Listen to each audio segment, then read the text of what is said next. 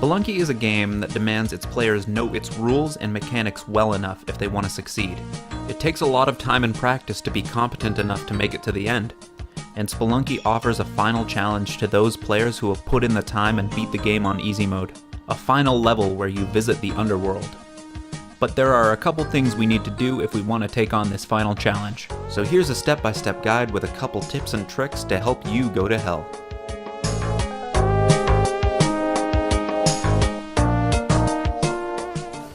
Now we're gonna need some items, and we'll separate these into two groups. The things we need, and the things we don't necessarily need but are super helpful. First up is the mines, and with the mines comes the Ujet Eye. This is collected from the big chest, which is unlocked with the key, both of which spawn in either mines 1-2, 1-3, or 1-4. The key and chest will not spawn on dark levels, so don't bother looking for it. But once you've found the two, bring the key to the chest to collect your prize. The purpose of the Ujet Eye is to help reveal the location of the black market, which can be found in the jungle. Now it's not mandatory to enter the black market, but finding the entrance can be a hefty challenge without the eye.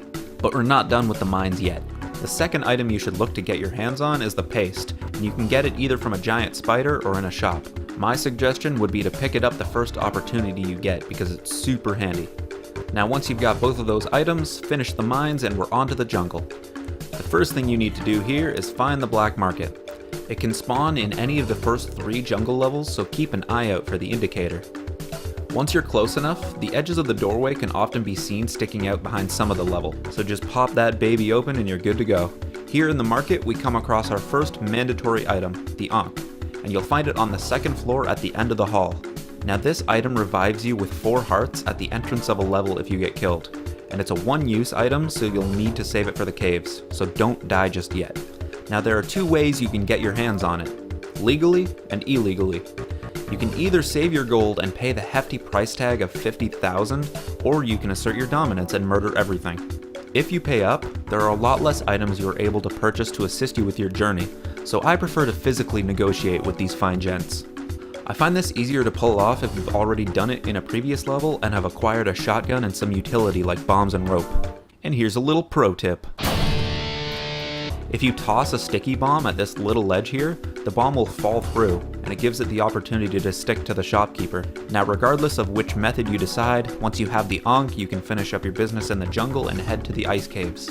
Now once you're in the caves, you need to find this big blue guy, also known as the Moai head. It will typically spawn in the 2nd or 3rd level, but entering the worm can cause it to spawn on the 4th level.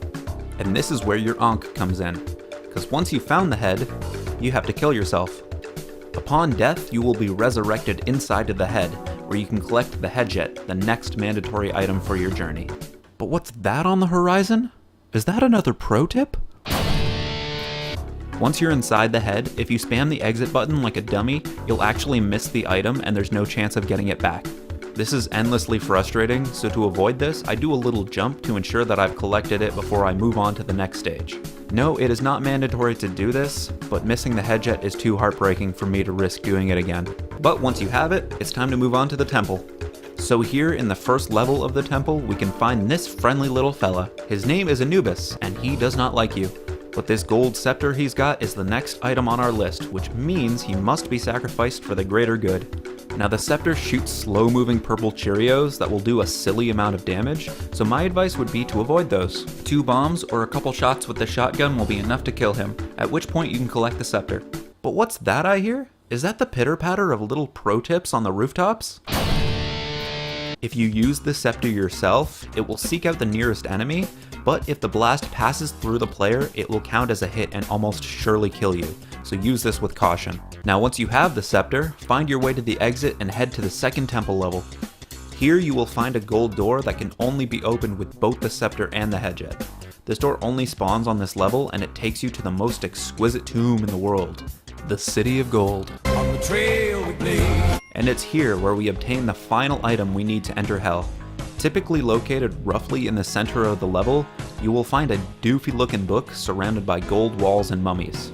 Once inside the area with the book, I would advise looking for the exit to the level first. This is because picking up the book brings back our little friend here, whom will summon red skeletons until you kill him. To avoid dealing with this in such an enclosed space, I recommend planning an escape route to the exit first. Now, Anubis will follow you into the next level if you don't deal with him now, but it's much more manageable in the open space of Olmec's lair. Also, these skeletons don't function any different than the white ones and are more of a nuisance than anything. And again, 2 bombs will do the trick. And with Anubis 2 dead, we've come to the final step, killing Olmec and entering the door to hell. So somewhere under this layer, a door will spawn.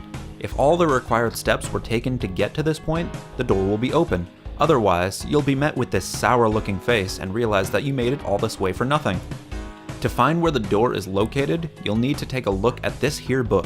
The book will start moving when you're in the area of the door, and when the book gets really munchy, you're right on top of it.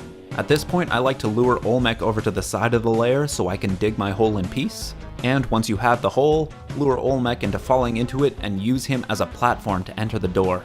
Now, a word of warning, there is no platform for the door other than Olmec. If you wait too long and he is sunk too far into the lava, you won't be able to enter hell. But if you get down there in time, then you've done it! Congratulations! Now let's show the underworld what for.